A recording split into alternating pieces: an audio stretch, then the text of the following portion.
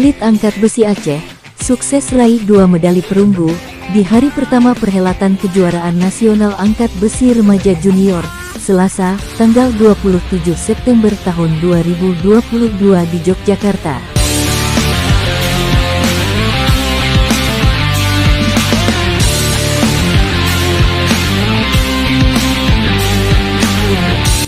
Nuning, sapaan akrab Sausan Korira, yang turun di kelas 49 kg putri, berhasil membukukan total angkatan snatch dan clean and jerk 115 kg.